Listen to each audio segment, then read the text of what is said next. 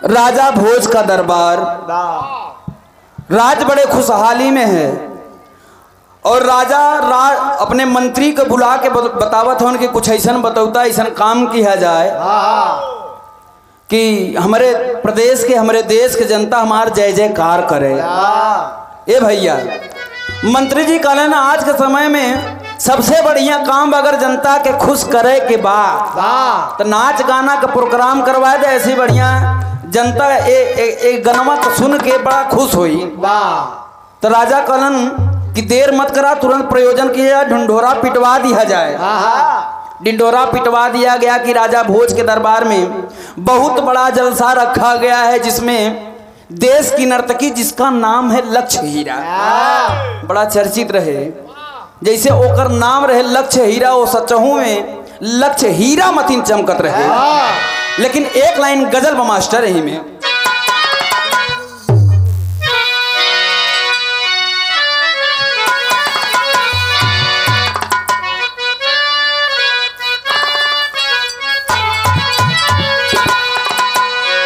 कि जब से इनकी अरे जब से इनकी जवानियाँ चढ़ी है, जब से इनकी जवानियाँ चढ़ी है, जब से कि ये कुंवारों के पीछे पड़ी है।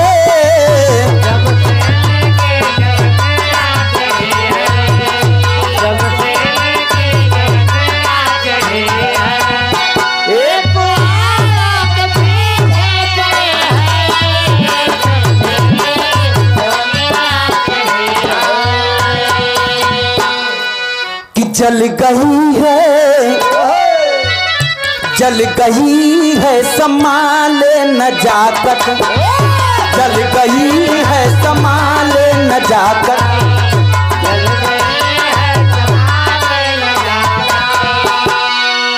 तो आशिकों को जला कर रहेगी,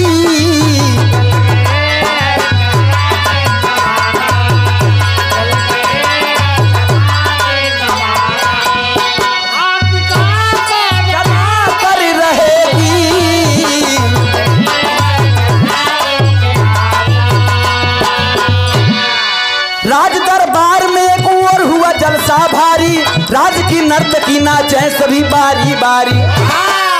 अंत में बारी लक्ष्य हीरा की भी आई है, मत हिरनिया ने अंगड़ाई है।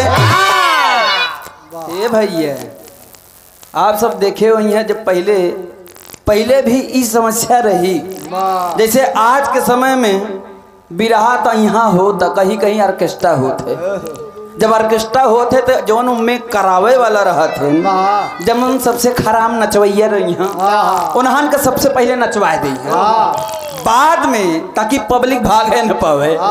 बाद में जब सबसे निम्न रही तब वो कहीं मुस्कान जी आइए, अब थोड़ा सा डांस करिए, बोलिया नाम लेके अब मुस्कान जी आइए, अब आप अपना जलवा बिखेरिए। इत ऑर्केस्ट्रा का हाल बा। वो समय कुल नर्तकी जब नचाई उठीन तब नंबर आई गया लक्ष्य हीरा के। लक्ष्य हीरा के जब वो डांस कर रही थी, नृत्य कर रही थी, वही सभा की शोभा बढ़ावत हुन। वो महफिल में बैठ के सभा की शोभा बढ़ा, जेकर नाम बा कवि कालिदास। देख करके एकदम मुहा बायक लगत हो, एकदम पिछली कुर्सी बैठा रहे, कुर्सी उठाए के आगे ले चला गए। मालूम पड़े कि स्वर्ग से कोनो परी उतरी बा। आज महाकवि कालिदास जी के मन डगमगात बा। ए भैया, उन नर्तकी आ करके डांस करती है, डांसवा करत करत नचते नचते एक ठे गीत गौलस। कवन गीत गौलस मास्टर?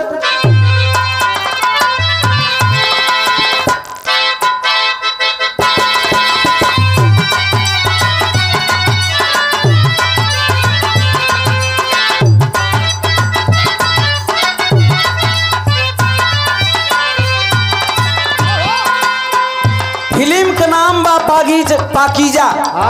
स्वर्गीय रामदेव उस्ताद गीत के बिरहा में लिया के छोड़ दिलन। कैसे कि इन्हीं लोगों ने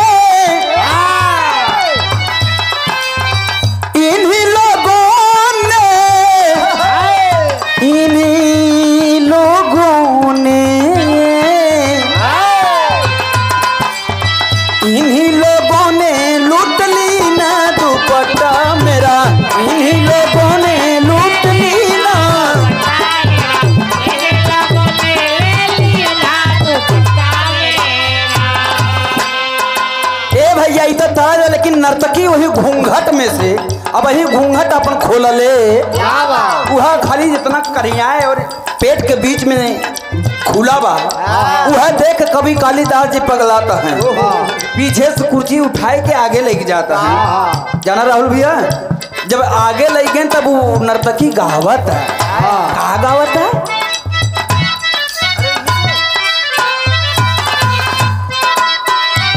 हाँ कहलस कि बली माँ बेदर्दी, अरे बली माँ बेदर्दी, बली माँ बेदर्दी,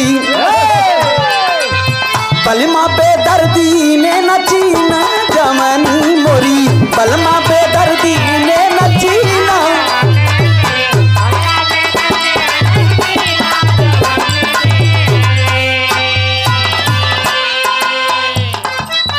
कि गजरा के कीमत, गजरा के कीमत नजरिया से पूछो,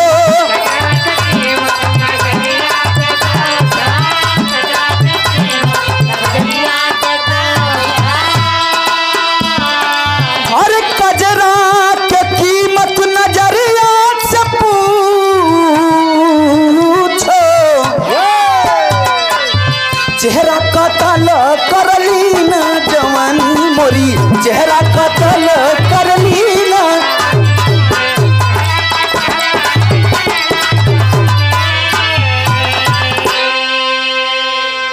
अब महाकवि कालिदास जी सोचत नहीं मुहा का ना खोलत, गावत बड़ा निक बा, नचतो बड़ा निक बा, लेकिन मुहा का है ना खोलत। वाह!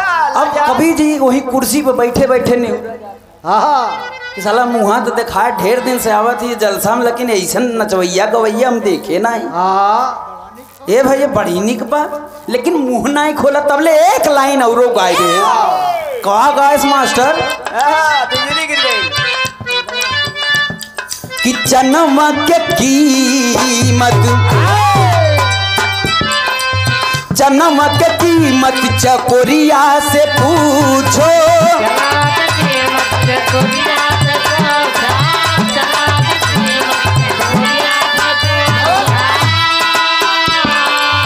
कि जन्म के कीमत चकोरिया से पूछो, चकोरिया से पूछो, चेहरा कतल करली ना जवानी मोरी, चेहरा कतल करली ना।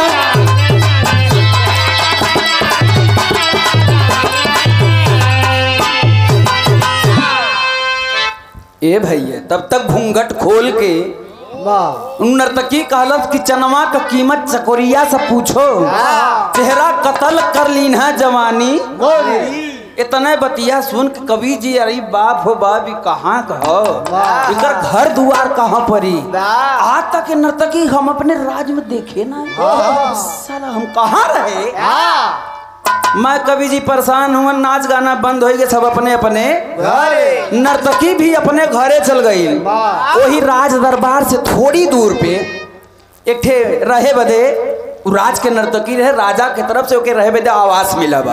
वही आवास में नर्तकी जाए के आराम करत बा। राजा के महाकवि, राज के कवि, विद्वान कवि कालिदास उन्हों को राज में रहे विद्या घर दुआर मिला बा। जाए के बा कवि जी के दहीने तो चल गई ना, और जाके पहुंच गई कहाँ? वही नर्तकी के घरे। जाए के वह दरवाजा खड़खड़ावत हुआ कुंडी पकड़ के कहला का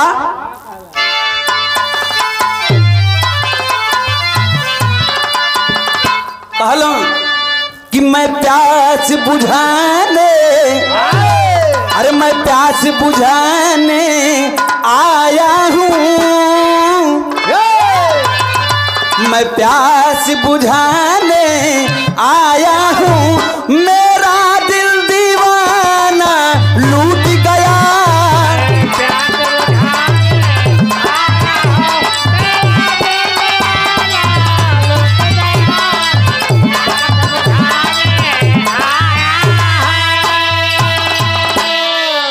अरे तुमने तो ऐसी चोरी तुमने तो ऐसी चोरी की दिल का आशियाना लूट गया।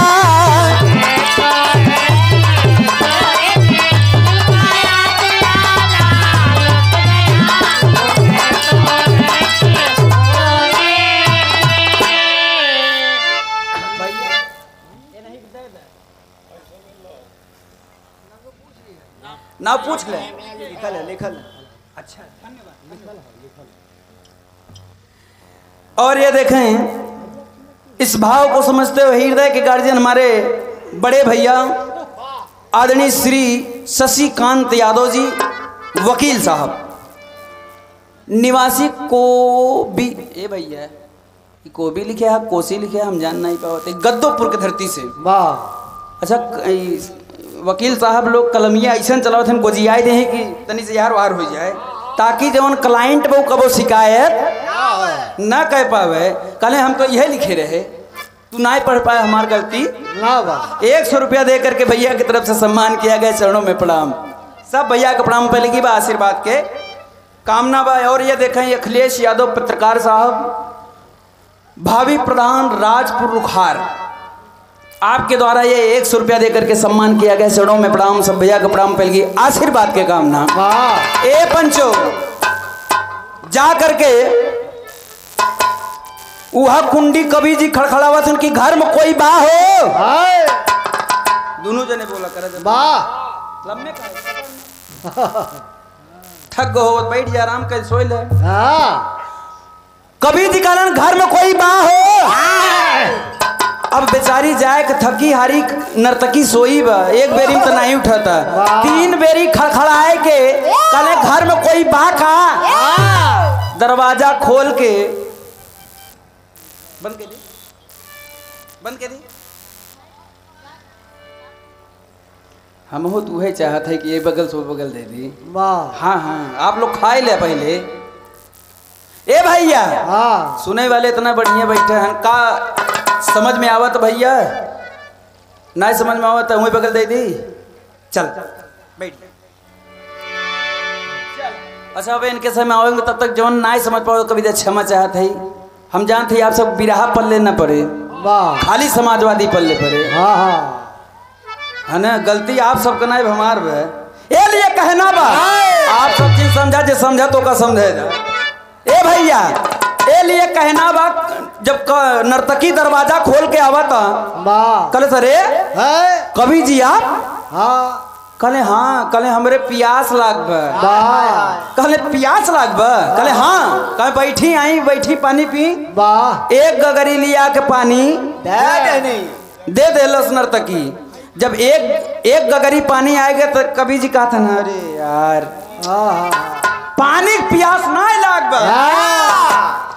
तब नर्तकी कहा, तब के थक पियासा है, दारू मंगवाई कहेस ना।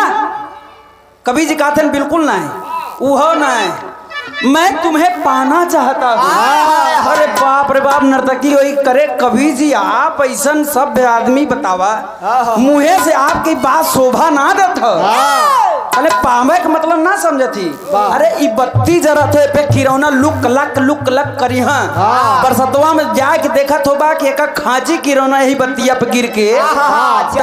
ई देखे वाली चीज हो, खाए वाली चीज ना हो। हम राज के नर्तकी हैं, खाली नाचे वाली है, खाई बा। कवि जी कहा कुछ नहीं, हम तोहका पावे चाहते ही।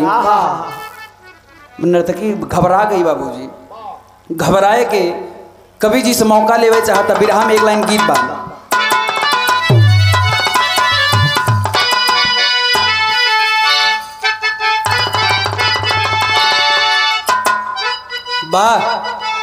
यह देखा स्वर्गीय रामदेव की तरह है ना। अरे कोठे ऊपर कोठरी हेलुवैया का दुकान, अरे हौसल तो छूट गया हेलुवैया मारे सान। क्रिया लैला हो, क्रिया लैला राजा अब ही नदान, क्रिया लैला राजा।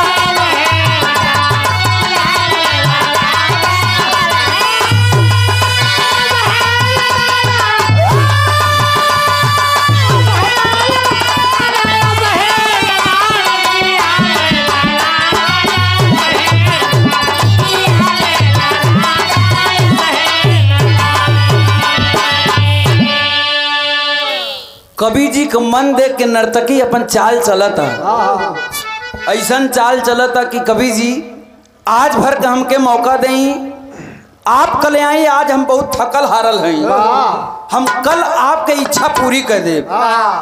जैसे कवि जी कहने जाए छोड़ा कोनो बात ना, आज ना काल है सही। कवि जी बेचारे वहां से चलें, जैसे कवि जी वो कुटिया से निकलें, वो आवाज से निकलें, आगे आगे कवि जी पीछे पीछे नर्तकी जाए के राजा के लगी पहुंची।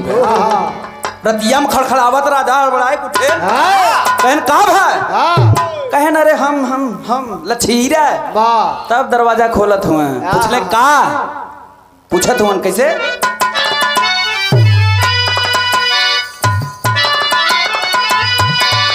अरे राजा भोज के पास गई, वहां नर्तकी खास कालिदास की बात रात की कहने लगी तिखार, हमारा पीछे कि हमारा पीछे भंवारा भइले तैयार, हमारा पीछे भंवारा।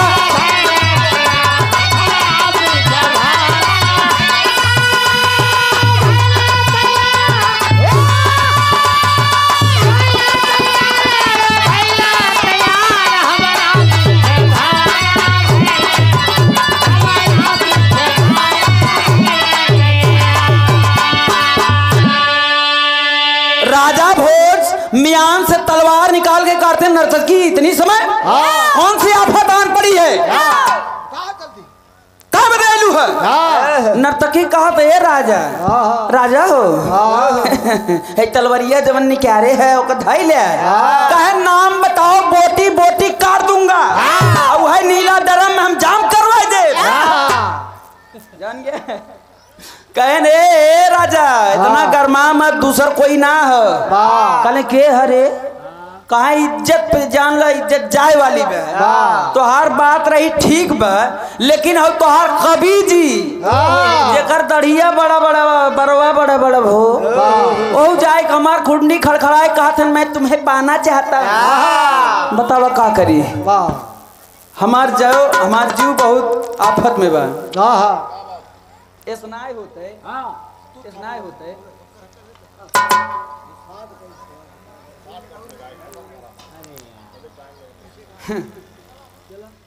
ए भैया हम गवैया हम सीधा खड़ी पाई मार के बहरे आई जाए थे। और एक दाएं के हाथ उठाया बताया भैया, बहुत बहुत धन्यवाद।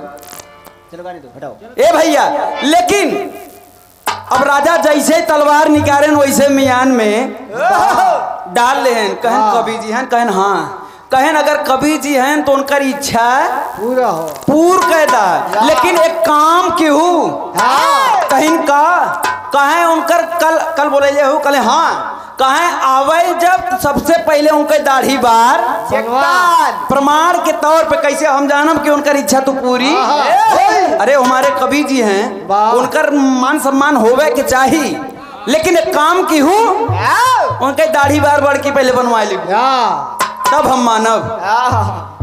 ए भैया आज बीता काल कवि जी पहुंचा बाटे, फिर वह बेला बा तेरी में कहना बा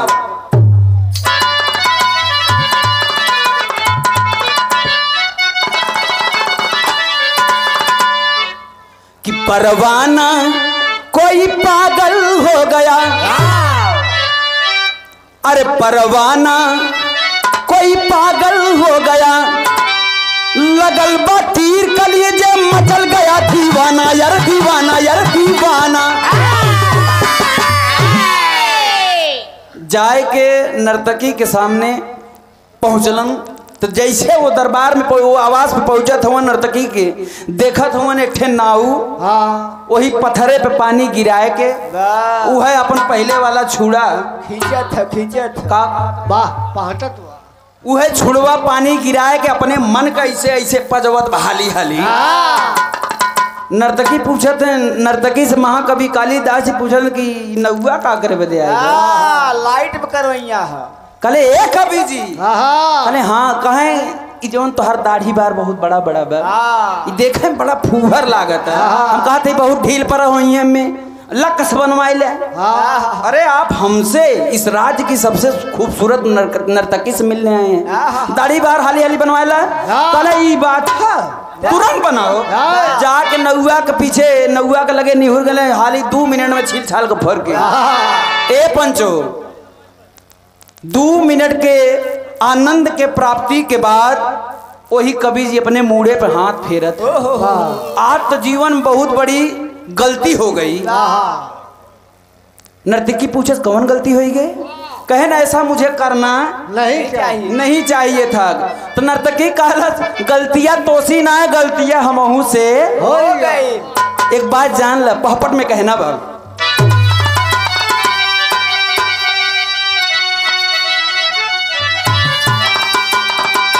अरे पढ़ के इश्क में भूल गई रागी अनवा रंडी बाजी में। अरे पढ़ के इश्क में भूल गई रागी अनवा रंडी बाजी में। अच्छा उपत कैला अपन तू ही मनवा रंडी बाजी में।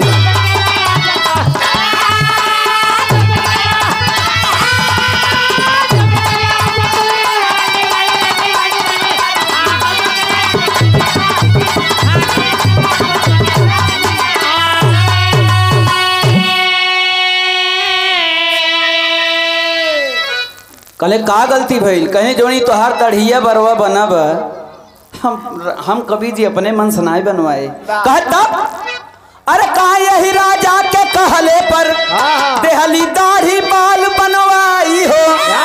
काल सवेरे दरबारे में होई जग हसाई हो।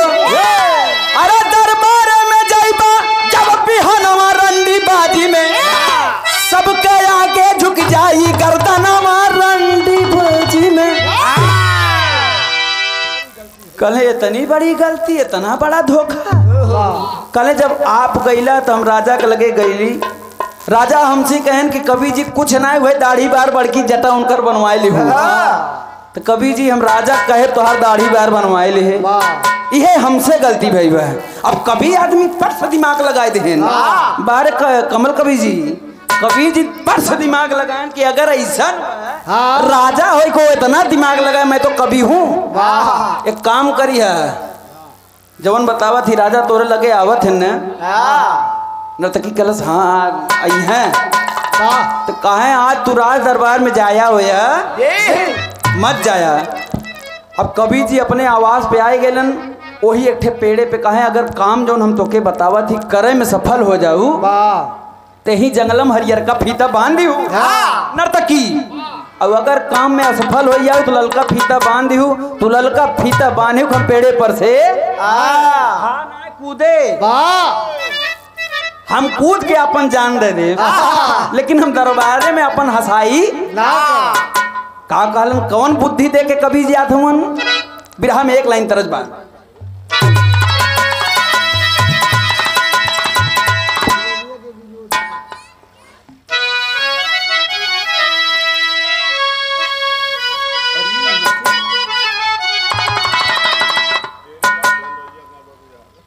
अच्छा आइए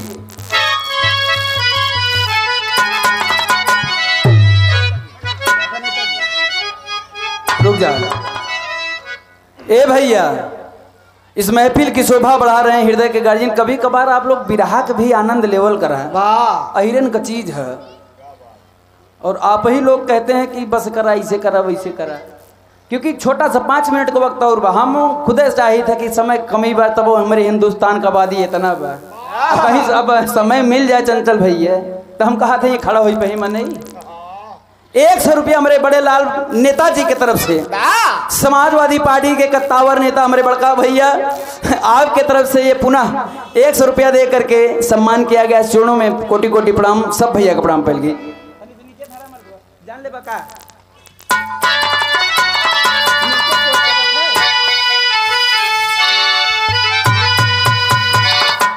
अरे झूलनिया का गुजवा टूटल ये राजा, अरे जमनिया से गरिया छूटल ये राजा, जमनिया से गरिया।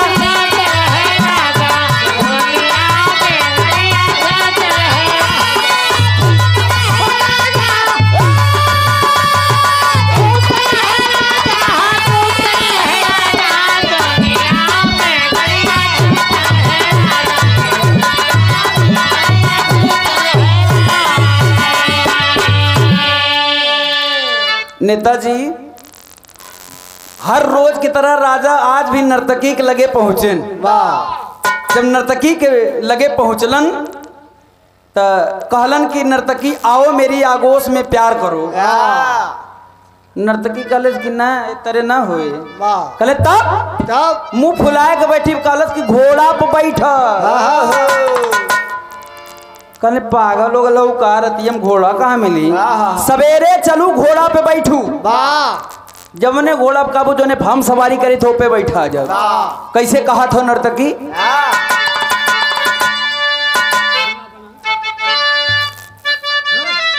अरे गजब प्राणी है, हम कहाँ जाए प्रभु।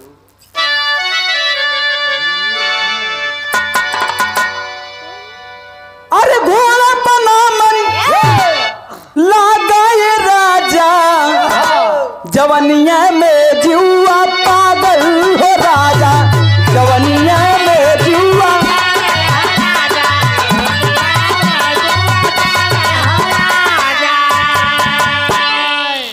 अरे तिरिया चरितर में राजा जी फंस के, अरे भैल बकैया चढ़ल नारी हंस के।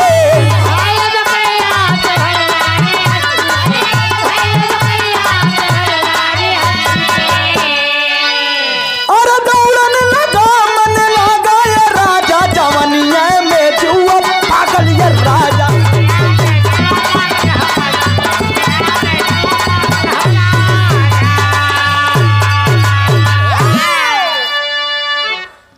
कलश की घोड़ा पे बैठ। राजा कहलन कि सुना सवेरे घोड़ा पे बैठ लो। कहे ना जिदिया लड़का मतीन हट, तिरिया चरित्र दैयो ना लड़कवन मतीन हटाए गई नर्तकी। राजा से कहलिन, राजा कहली तब कौन सेवा करी तहार। कहली कि तू हम अकेले हाँ अकेले तू हुआ, अकेले क्यों देखे वाला। राजा कहले तो मतलब का है। कहले कि तू घोड़ा बन जा हम बैठ ले। कहले ऐसा हो, कहले हाँ कहले कोई देखत ना हो। कहले अच्छा जो खिड़की दरवाजा हो जितना अर्धा पर्दा सब बंद कर दो, कोई देखे ओखे। राजा घोड़ा बन गई ने भैया, और वह नर्तकी हचक के कूद के उनके ऊपर बैठ ले। जब नर्तकी कलश की चल घोड़ा टीक टीक टीक टीक टीक, वही अंगना में राजा एक फेरा घूमे। कहे ना उतर जा, कहेस नहीं एक फेरा या उरो, चल घोड़ा टीक टीक टीक टीक। एक फेरा फिर घूमलन, हाफे लगलन हफर हफर। कहले उतरब। ए रानी उतर नहीं जातो। नर्तकी कलश ना राजा भाई मार जीव ना धरा, एक फेरा और फिर यही लाते तो वही पीछे मल्ला सेड़ा से। कहले चल घोड़ा टीक टीक। एक फेरा जब राजा 3 फेरा घूमला के बाद राजा मुंह बाय के हफर हफर हफत हुआ। एक ठेहुनी होनी जवन हो उज्जर हो गई, भुजाल आलू मतीन छिलाई गए। तब नर्तकी कलश की आइए राजा मेरी आगोश में प्यार करिए। राजा कहे हालत बहुत खराब है, हमके जाए दे। जाए दे हमके। तब आखिरी में कहना बा,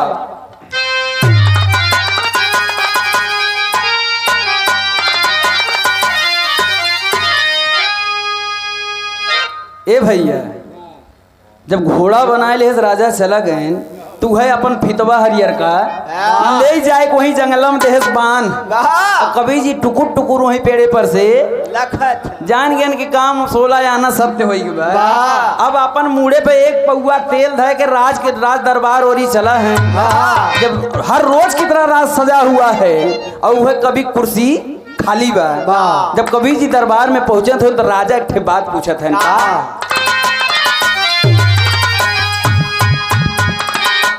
अरे बोले कभी ओही जा मुड़ायल मुड़वा, अरे जहाँ हमारा तिया के राजा के दौड़ल बा घोड़ावा।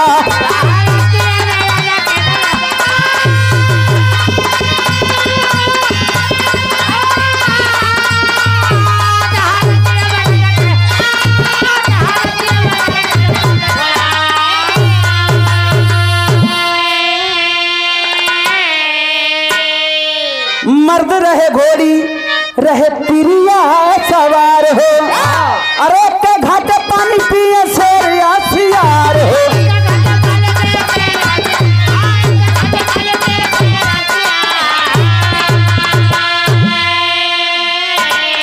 अरे वही जा हमारा कपड़ा पे फिरल बा छुड़वा, जहाँ रतिया के राजा के दौड़ल बा घोड़वा। कवि जी वही मूड़े पे तेल धय के दरबार में जब पहुंचन, राजा भोज वह मूड सोहराए कहते का कवि जी सिर फल कहाँ बना विंध्याचल में। अरे अबे काल देखे रहे तो हर जटा बड़ी बड़ी रही, ढील उल ज्यादा पड़ी रहन का कवि जी जाने चाहता का राजा कहाँ बना, कहे हाँ बड़ा उत्सुक है। जब मुड़वा वह राजा कवि जी के छुएन तो लब से कवि जी वह राजन के गोड़वा जवन रतिया के छिलाए कर वह पकड़ के दोनों ठोहनिया कचकचाए के दबाए छपिया के खड़ा भइले। राजा कहल गुस्ताखी माफ हो राजा, कहा जब हमार मुड़वा छुबत हम गोड़वे छुबत, कहा यह सही कहा था। कहा अब जाने चाहते, अच्छा ये बतावा तोहार सिरफली मुड़ कहाँ बना, कहा जाने चाहता, कहा रतिया में जहाँ राजा दौड़ल घोड़वा वही जुग हमार मुड़वा बनल है। कहे काहे का मतलब का है, कहे मुसाफिर बात पर्दे में, कहे जवन हम कहा थी तू जानत है, जवन हम कहा थी वो के अच्छे तरीके से जानत हुआ। कहे बस कवि जी बस आगे बोलो, बस बड़ी बेइज्जती बा है बस कवि जी। कवि जी कहे ना अगर ना मानत हम और बताई प्रमाण देई। राजा हाथ जोड़ के कहा थे बात पर्दे में होए, मुसाफिर जवन जे जानत बा तवन जानत रहे, दूसरे के हुस कहा होए है। आखिरी में कहना बा गुरु बिहारी गुरु गणेश बुद्धि के है बलिहारी, स्वर्ग गए कभी चंद्रिका बच्चन जी बने पुजारी। अरे परवाना कोई पागल हो गया, अरे परवाना कोई पागल हो गया। मनीष रामदेव मनीष लाल के निकले नया तराना, परवाना